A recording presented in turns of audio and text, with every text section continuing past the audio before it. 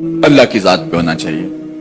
جب ہم اللہ کی ذات پہ اپنا مکمل بھروسہ، جسے توکل کہتے ہیں، قائم کر لیں گے تو میرے اور آپ کے آقا و مولا نے ارشاد فرمایا کہ اگر تم اللہ پر توکل کا جو حق ہے وہ ادا کر دو تو وہ تمہیں ایسے رزق عطا کرے جیسے پرندوں کو عطا کرتا ہے۔ جب گھر سے نکلتے ہیں تو اس وقت وہ خالی پیٹ ہوتے ہیں، اور جب واپس آتے ہیں تو کبھی بھی کوئی جانور بھوکا واپس نہیں آیا، اور سب سے اچھا کھاتے بھی یہ۔ ہمارے علاقے میں تو زیادہ باغات نہیں ہیں، امرود کے باغات ہمارے علاقے میں پائے جاتے ہیں۔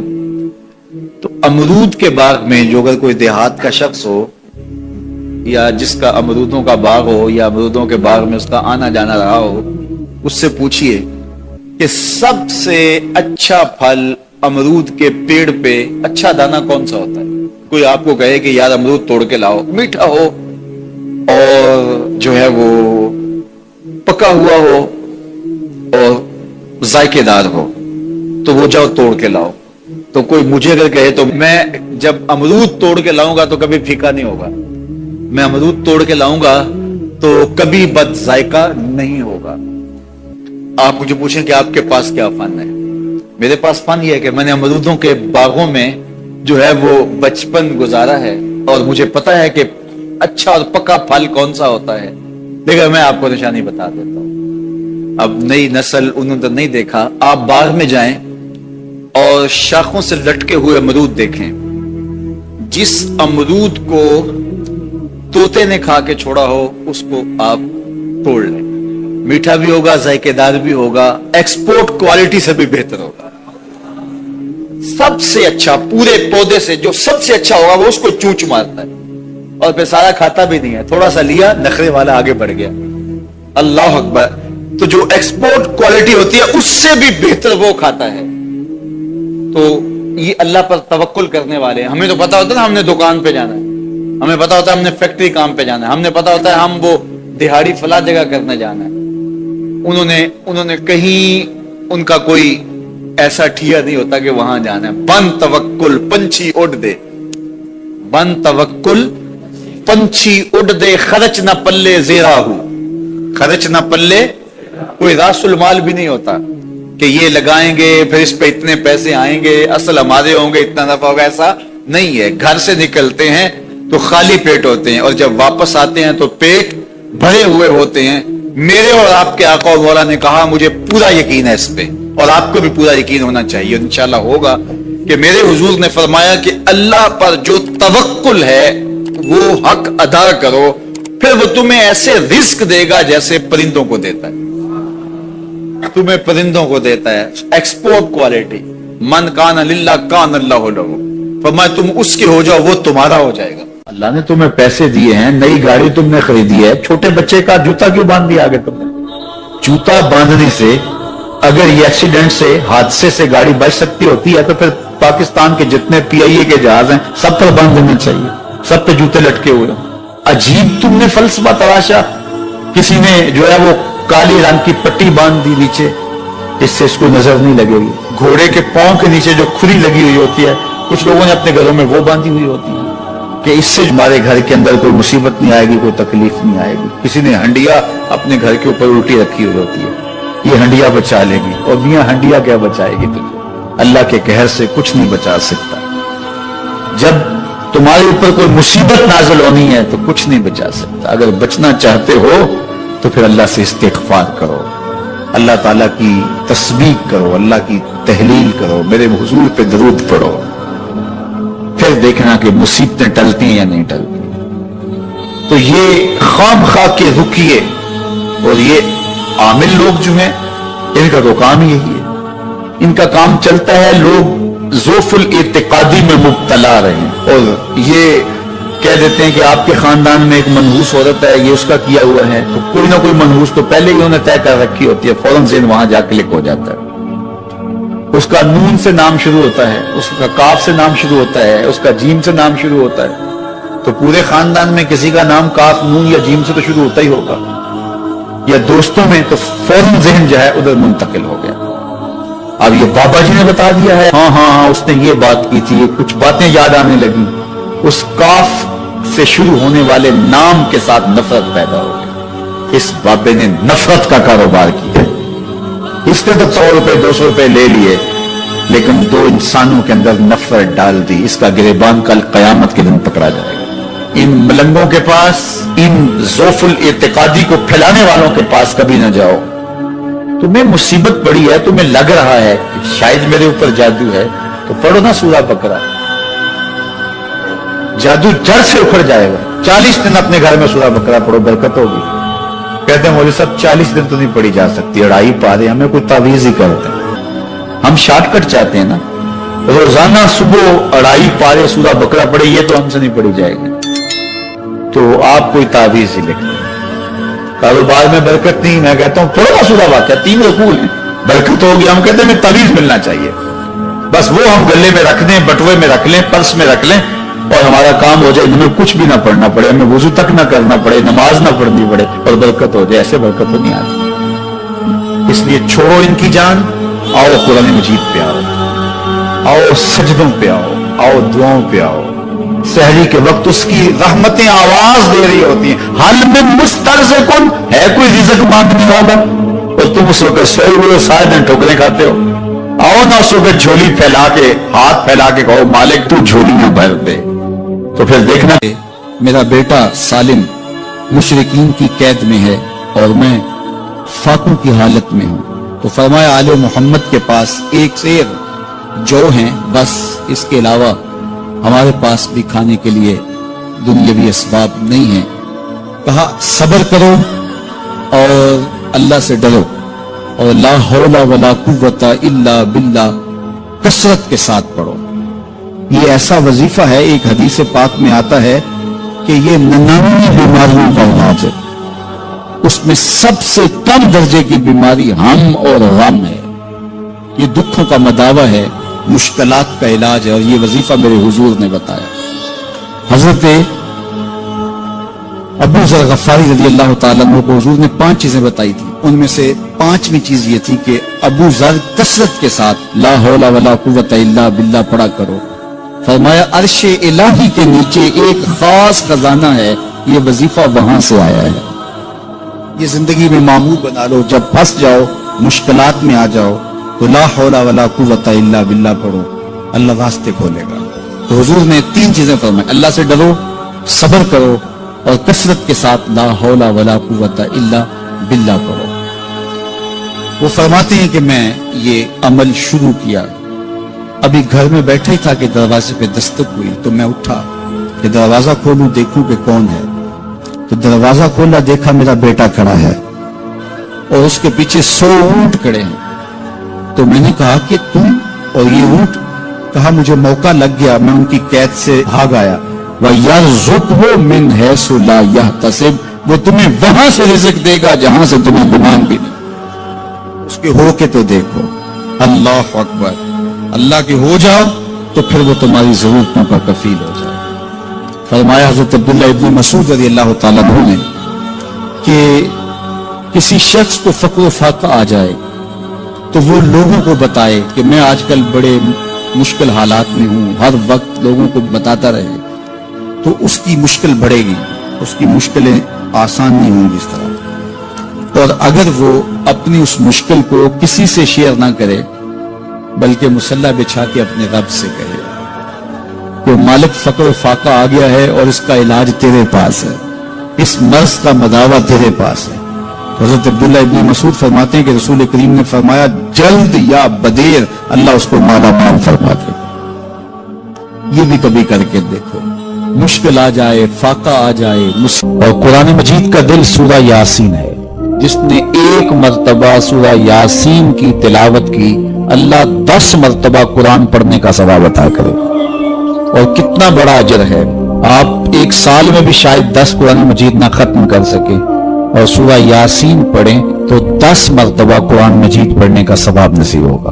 تو اپنی صبح کا آغاز سورہ یاسین سے کیا کریں، نماز فجر کے بعد اشراق تک سورہ یاسین پڑھ لیا کریں، سورہ یاسین اگر آپ پڑھ کے اپنے دن کا آغاز کرتے ہیں آپ کا سارا دن خیر سے گزرے گا. اس دن اگر کاروبار کریں گے تو برکت ہوگی. اس دن بہت ساری بیماریوں سے، آفات و بلیات ارضیہ اور سماویہ سے بچے رہیں گے، لوگوں کے شر سے، حادثات سے محفوظ رہیں گے. میرے حضور نے ارشاد فرمایا قرآن مجید میں ایک سورت ہے جس کی 30 آیات ہیں، اگر کوئی شخص اس کی تلاوت کرتا ہے تو وہ سورت پڑھنے والے کی شفاعت کرتی ہے، اور اتنی بار شفاعت کرتی ہے کہ اس کو بخشوا کے چھوڑتی ہے. وہ سورت کون سی ہے؟ وہ یا تبارک الذی بیدہ الملک. یہ سورۃ الملک ہے، 30 آیتیں ہیں. جو شخص اس کی تلاوت کرے یہ اتنی بار سفارش اللہ کی بارگاہ میں کرتی ہے کہ اپنے پڑھنے والے کو بخشوا کے چھوڑتی ہے. تو اپنے دن کا آغاز سورہ یاسین سے کریں اور اپنی شب کا آغاز سورہ ملک سے کریں. سونے سے پہلے سورہ ملک کی تلاوت ضرور کر لیں، انشاءاللہ اس سے رات برکت سے گزرے گی.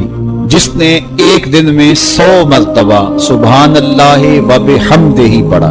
کتنی مرتبہ؟ 100 مرتبہ. کیا پڑھا؟ سبحان اللہ و بحمدہ.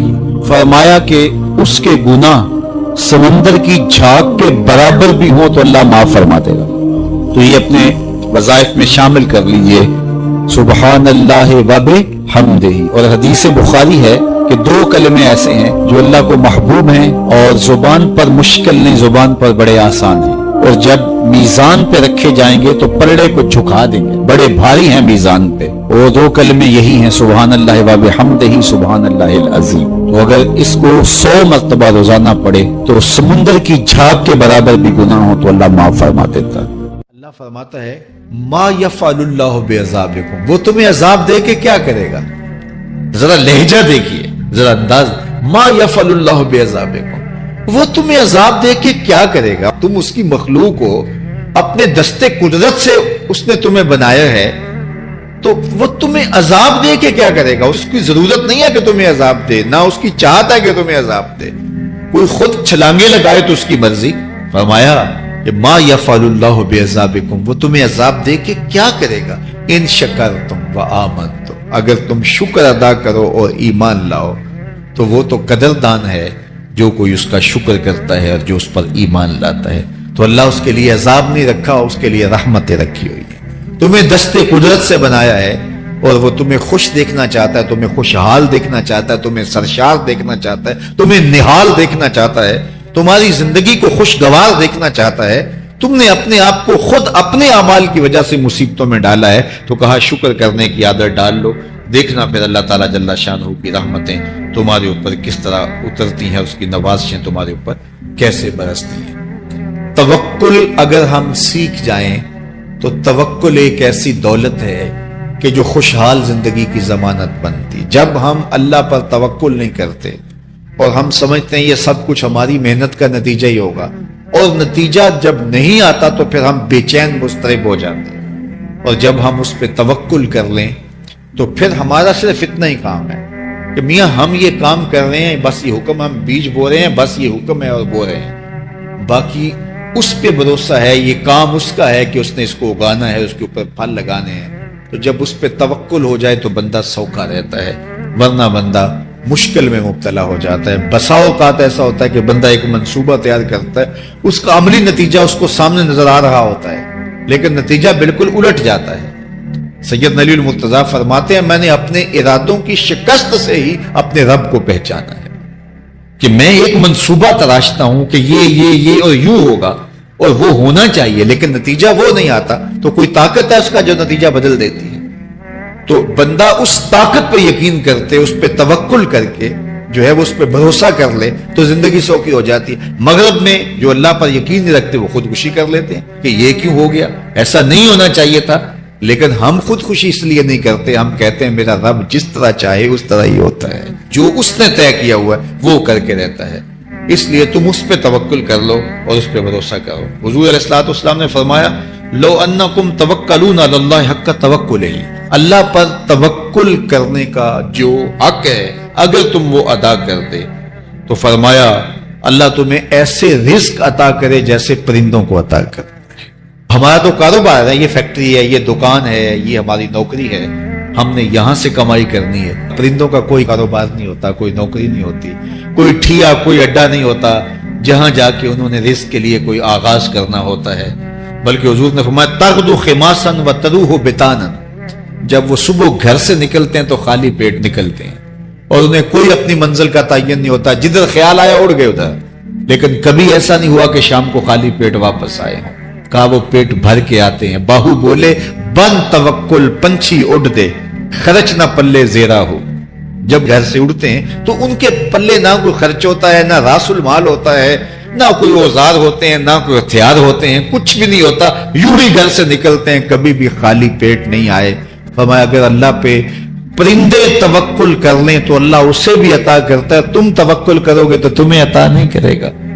اور یہ بات پکی ہے کہ آپ جب راہ خدا میں دیتے ہیں تو آپ کے رزق میں، مال میں کبھی کمی نہیں آتی۔ اللہ کے محبوب نے 3 چیزیں قسم کر کے کہی، حضور نے کچھ چیزیں ارشاد فرمائی تو ان میں سے 3 چیزوں کے بارے میں فرمایا کہ یہ تو میں اللہ کی قسم کر کے تمہیں کہتا ہوں، اور ان میں سے ایک شے یہ کہ ما نقص مال عبد من صدقہ، فرمایا میں اللہ کی قسم اٹھا کے کہتا ہوں کہ صدقے سے مال کم نہیں ہوتا۔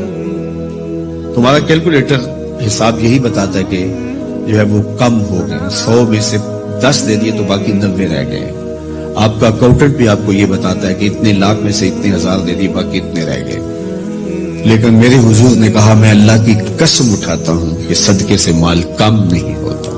دوسری بات فرمائی کہ جو شخص مانگنا شروع کر دیتا ہے، سوال کا دروازہ کھول دیتا ہے، اس کی کمی پوری نہیں ہوتی، یہ بھی میں اللہ کی قسم اٹھاتا ہوں۔ اور تیسری بات میرے حضور نے قسم فرما کے یہ کہی کہ جو شخص کسی کو معاف کر دیتا ہے، کسی نے کوئی زیادتی کی وہ معاف کر دیتا ہے، تو حضور فرماتے ہیں میں اللہ کی قسم اٹھا کے کہتا ہوں اس کی عزت میں فرق نہیں آئے گا۔ تو یہ 3 چیزیں حضور نے قسم کر کے فرمائی۔ تو اس لیے ہم اپنے ہمسایوں کو دیکھیں، ان کی ضروریات کا خیال رکھیں۔ تو حضور کی سیرت کا یہ عنوان جو حضرت خدیجۃ الکبریٰ سے بہتر کون جانتا تھا، اپنا سارا مال انہوں نے حضور کو پیش کر دیا جب نکاح ہوا حضور سے کہ حضور اب یہ میرا نہیں، یہ آپ کا ہے، اور وہ سارا مال حضور نے لوگوں میں بانٹ دیا، ضرورت مندوں کی کفالت کرتے رہے۔ تو کہا وَتَحْمِلُ الْكَلَّةَ، آپ لاچاروں کا بوجھ اٹھاتے ہیں، وَتَقْسِبُ الْمَعْدُومَ، اور جن کا کوئی نہیں ہے آپ ان کے کفیل بن جاتے ہیں اور آپ کمائی کر کے ان کے گھر کی ضروریات کو پورا کرتے ہیں۔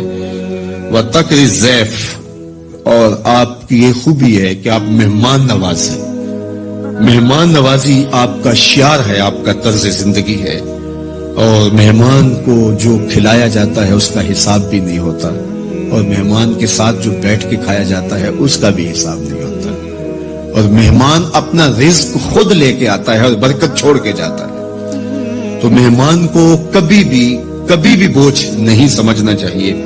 تو کہا کہ اور تیسری اور آخری بات فرمائی وَتَعِينُ عَلَى نَوَائِبِ الْحَقِّ، جو لوگ مشکلات میں پھنسے ہوتے ہیں، مصیبت میں پھنس جاتے ہیں، مسائل میں گھر جاتے ہیں، آپ ان کی مدد کرتے ہیں۔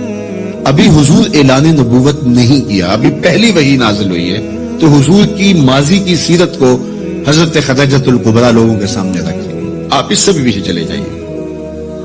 جب شب ابی طالب میں حضور کو حضور کے خاندان سمیت محصور کر دیا گیا، قریش مکہ نے حضور کو روکنے کے لیے بڑی کوششیں کی، لیکن حق کا یہ مسافر کبھی بھی رکنے والا نہیں تھا، بلکہ حضور کے چچا کو بلا کے کہا کہ اپنے بھتیجے سے پوچھو کہ تمہارا مسئلہ کیا ہے۔ دولت مال چاہیے تو ہمسائے لوگ مل کے اتنی دولت ان کو دے دیتے ہیں کہ کوئی کمی نہیں رہے گی، اور اگر کسی خاتون سے نکاح کرنے کی آرزو دل کے کسی گوشے میں ہو تو وہ بھی بتائیے، کسی سردار کی بیٹی سے نکاح کرنا چاہیں تو ہم اس کے لیے بھی حاضر ہیں، لیکن یہ بتوں کی مخالفت چھوڑ دی جائے۔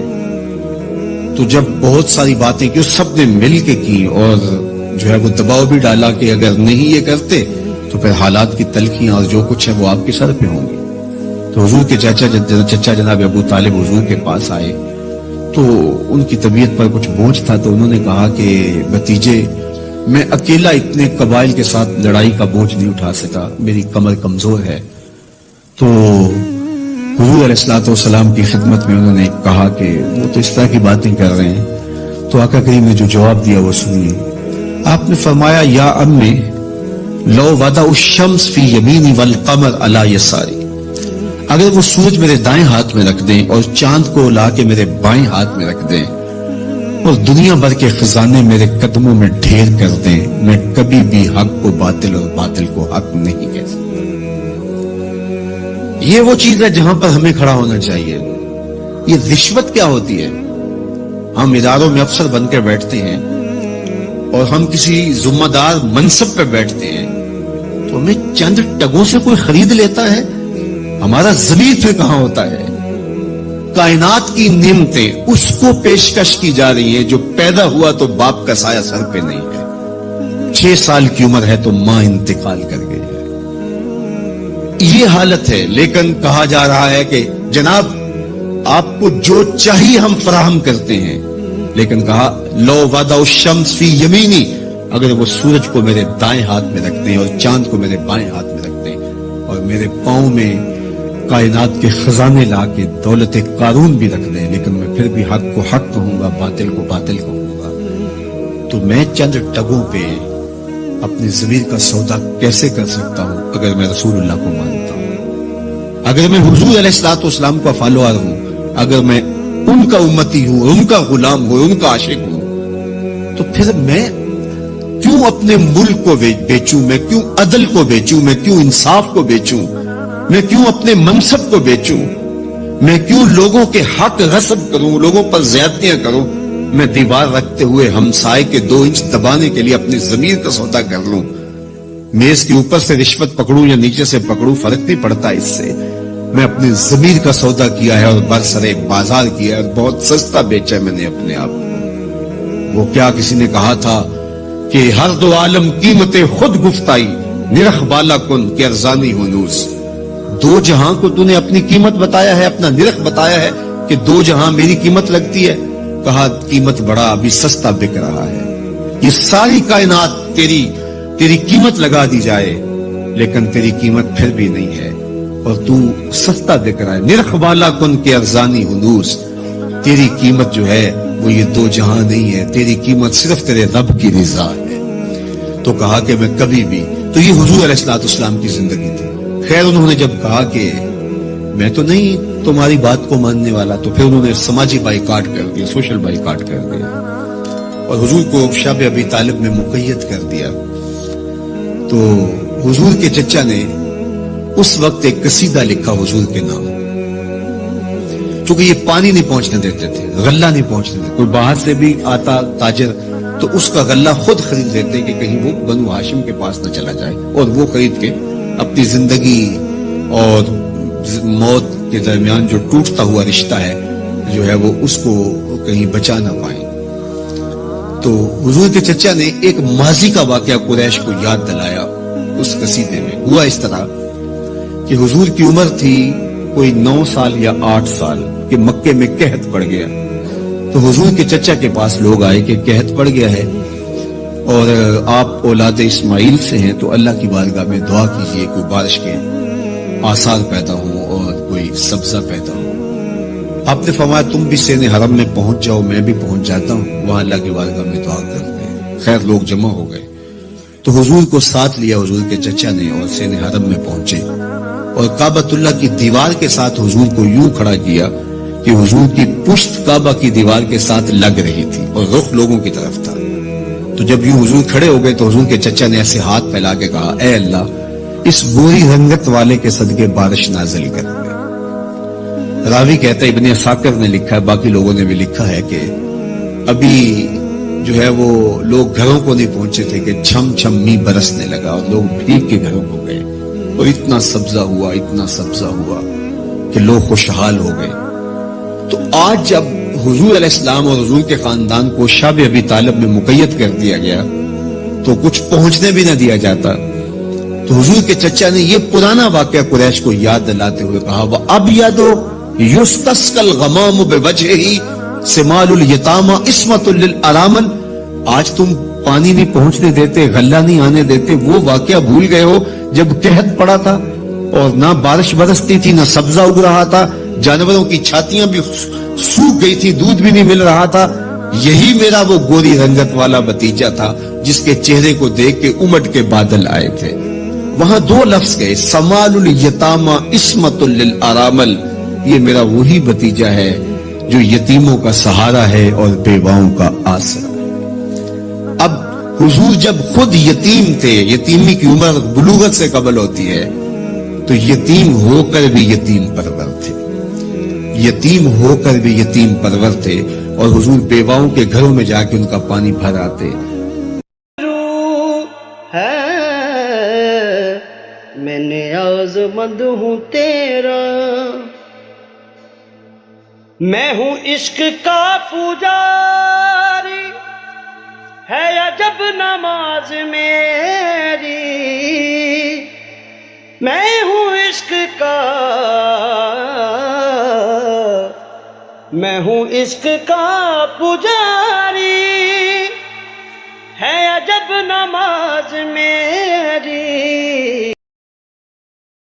وَمَن يَتَوَكَّلْ عَلَى اللَّهِ فَهُوَ حَسْبُهُ, اور جو اللہ پر بھروسہ کرے اللہ اس کے لیے کافی ہو جاتا ہے.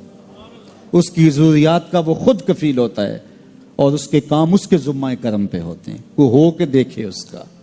تو جو اللہ سے ڈرے اللہ اس کے لیے راستے بناتا ہے. حضرت عوف بن مالک رضی اللہ تعالی عنہ الاشجعی حضور کی خدمت میں حاضر ہوئے اور عرض گزار ہوئے کہ میرا بیٹا سالم مشرکین کی قید میں ہے اور میں فاقوں کی حالت میں ہوں. تو فرمایا آل محمد کے پاس ایک سیر جو ہیں, بس اس کے علاوہ ہمارے پاس بھی کھانے کے لیے دنیاوی اسباب نہیں ہیں.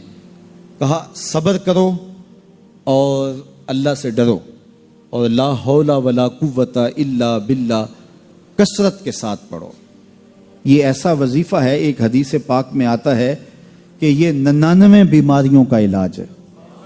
اس میں سب سے کم درجے کی بیماری ہم اور غم ہے. یہ دکھوں کا مداوع ہے, مشکلات کا علاج ہے, اور یہ وظیفہ میرے حضور نے بتایا. حضرت ابو ذر غفاری رضی اللہ تعالیٰ عنہ کو حضور نے 5 چیزیں بتائی تھی. ان میں سے 5ویں چیز یہ تھی کہ ابو ذر کثرت کے ساتھ لا حول ولا قوت الا باللہ پڑھا کرو.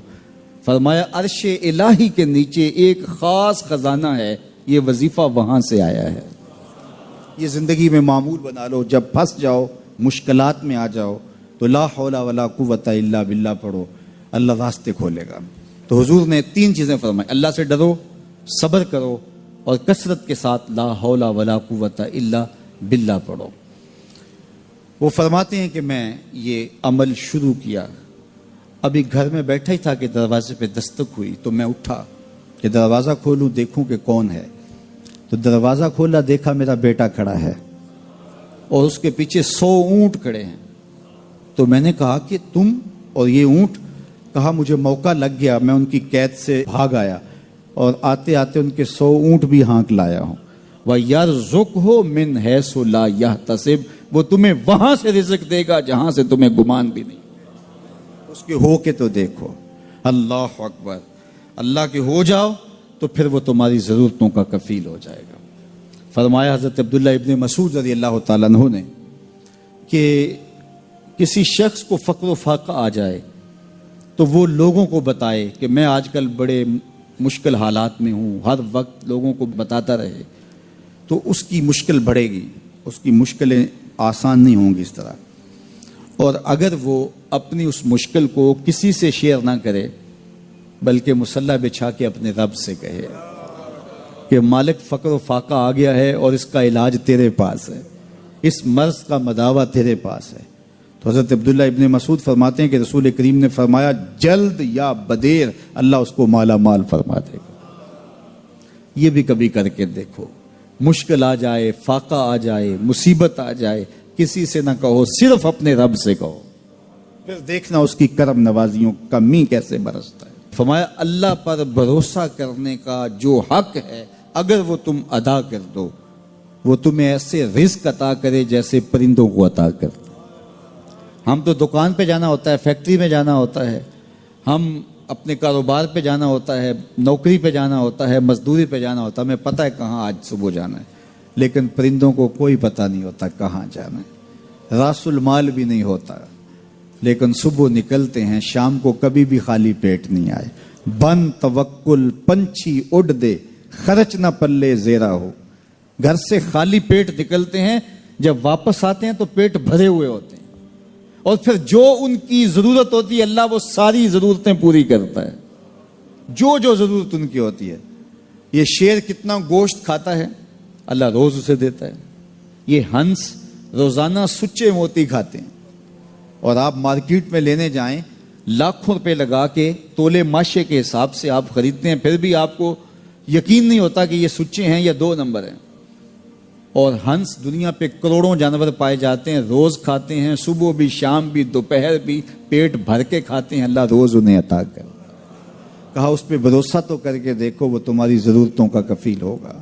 اس پہ بھروسہ کرو گے وہ تمہیں وہاں سے دے گا جہاں تجھے گمان بھی نہیں ہوگا. ارشاد فرمایا جو اللہ سے ڈرے اللہ اس کے لیے راستے کھول دیتا ہے, اور اللہ اس کو وہاں سے دیتا ہے جہاں سے اسے گمان بھی نہیں ہوتا. حضور نبی رحمت صلی اللہ علیہ وسلم نے ارشاد فرمایا 4 اشخاص ایسے ہیں جن کو جنت میں جانے سے کوئی چیز نہیں روک سکتی, اور فرمایا اگر لوگوں کے سست پڑ جانے کا اندیشہ نہ ہو تو اے عمر میں تجھ کو کہوں کہ یہ بات گلی اور بازاروں میں لوگوں کو بتا دو. اور پھر حضور نے ان 4 اشخاص کا تذکرہ کیا. ایک وہ شخص جو والدین کے ساتھ حسن سلوک کرتا ہے, دوسرا وہ شخص جس کی اولاد زیادہ ہے ذرائع آمدنی تھوڑے ہیں لیکن وہ اپنی اولاد کے پیٹ میں لقمہ حرام نہیں جانے دیتا. جب ذرائع آمدنی زیادہ ہوں اور پھر حرام سے بچنا یہ بھی بہت بڑی سعادت ہے, لیکن جب ذرائع آمدنی بھی تھوڑے ہوں اور اولاد بھی زیادہ ہو تو پھر حرام سے بچنا یہ بڑا مشکل اور آزمائش کا مرحلہ ہوتا ہے. تو جو اس موقع میں رزق حرام سے بچا, قیامت کے دن حضور کے فرمان کے مطابق جنت میں جانے سے اسے کوئی شے نہیں روک سکتا. اور ہم صحابہ کی زندگیاں دیکھتے ہیں, فجر کی نماز ہوتی ہے, ایک صحابی جلدی سے اٹھ کے چلے جاتے ہیں. ایک دن آقا کریم نے پوچھا کہ ابو درداء کیا بات ہے؟ تو حضرت ابو درداء نے عرض کی حضور آپ جانتے ہیں آج کل مدینے میں کھجوریں پکنے کا موسم ہے, اور سحری کے وقت ٹھنڈی ہوائیں مدینے کی سرزمین کو سلام کرنے بھی آتی. میرے ہمسائے کے صحن میں ایک اونچا لمبا درخت ہے کھجور کا جس کا جھکاؤ میرے گھر کی سمت ہے, اور جب ہوا چلتی ہے تو اس سے کھجوریں ٹوٹ کے میرے ویڑے میں گر پڑتی ہیں. میں جلدی جلدی اس لیے چلا جاتا ہوں کہ بچوں کے اٹھنے سے قبل وہ کھجوریں اٹھا کے ان کے گھر میں پھینک دو, کہیں ایسا نہ ہو کہ میرا بچہ کوئی کھجور اٹھا کے اپنے منہ میں ڈال لے. یہ صحابہ کا مزاج. اور ہماری سڑک سے گنے کی ٹرالی گزر کر تو دیکھیں, ہم بچے کو شاباش دیتے ہیں کہ بڑا دلیر نکلا ہے. جس کو آج آپ حوصلہ افزائی کر رہے ہیں کل بڑا ہو کے ڈاکو بنے گا, کل بڑا ہو کے راہزن اور لٹیرا بنے گا. اولاد کی تربیت کے باب میں یہ بات ہے کہ اگر وہ گناہ کا ارتکاب بچپن میں بھی کرتے ہیں تو ان کی وہاں حوصلہ شکنی کی جائے تاکہ ان کے دل میں گناہ سے نفرت پیدا ہو جائے. تو حضرت ابو درداء نے عرض کی حضور میں اس لیے جلدی چلا جاتا ہوں کہ ہمسائے کے گھر سے جو کھجور کا درخت ہماری سمت جھکا ہوا ہے اس کی کھجوریں جو گرتی ہیں میں ان کو اٹھا کے ان کے صحن میں پھینک دوں تاکہ کہ میرا بچہ وہ کھجور اپنے اندر نہ لے لے.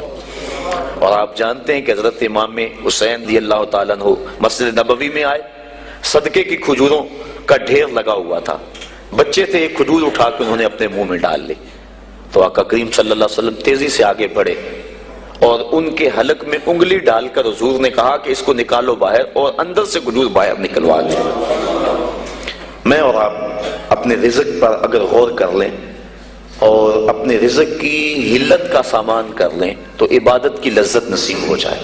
تیسرا وہ شخص کہ جس نے ایسی سچی توبہ کی کہ دوبارہ گناہ کی طرف جانا اتنا مشکل ہے جس طرح تھن سے نکلا ہوا دودھ دوبارہ اندر نہیں جا سکتا.